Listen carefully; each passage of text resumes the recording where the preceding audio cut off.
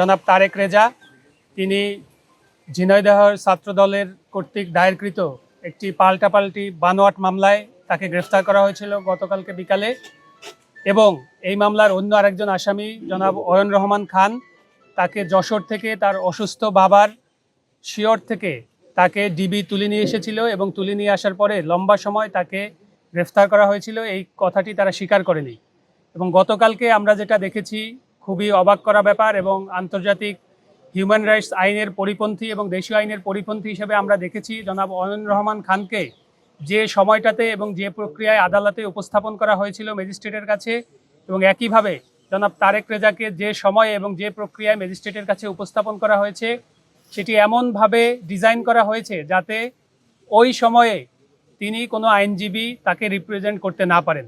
এটির আমরা নিন্দা জানাচ্ছি, যে কারণে গতকালকেই আমাদের আইনজীবী যারা এখানে নিয়োজিত ছিলেন তারা জনাব তারেক রেজা এবং জনাব অয়ন রহমান খান তাদের পক্ষে জামিনের আবেদন করতে পারেননি। এছাড়াও আপনারা লাইভ টেলিকাস্টে দেখেছেন যে জনাব তারেক রেজাকে যখন গ্রেফতার করা হয় তখন যারা গ্রেফতারকারী কর্মকর্তা ছিলেন তারা তার সাথে অবমাননাকর আচরণ করেছেন এবং তাকে হেনস্থা করেছেন, যেটা কোনো নাগরিকের জন্যই একটি অসম্মানজনক ব্যাপার। আমরা একটি গণতান্ত্রিক এবং আইনের শাসনের রাষ্ট্র নির্মাণ করতে চাই, সেটির জন্য এই পদক্ষেপটিও আমরা নিন্দা জানাচ্ছি। এরপরে এই দুইজনের জন্যই, জনাব তারেক রেজা এবং জনাব অয়ন রহমান খান দুজনের জন্যই আজকে আমরা ম্যাজিস্ট্রেটের বরাবর তাদের জামিনের জন্য আবেদন করি এবং শুনানি অনুষ্ঠিত হওয়ার পর বিজ্ঞ ম্যাজিস্ট্রেট শুধুমাত্র জনাব তারেক রেজার জামিনটি মঞ্জুর করেন এবং জনাব অয়ন রহমান খানের জামিনের আবেদনটি নামঞ্জুর করেন।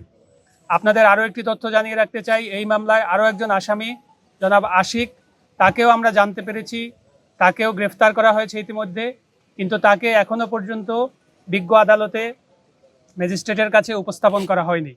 তা আমরা এটিও আশ্বস্ত করছি যে আমরা আশাবাদ রাখছি যে গতকালকে যে ঘটনাগুলো ঘটেছে জনাব তারেক রেজা এবং অয়ন রহমান খানের ক্ষেত্রে, যে প্রোডাকশনের সময় তাদেরকে আইনজীবী বঞ্চিত করা হয়েছে, এটি যেন না হয়।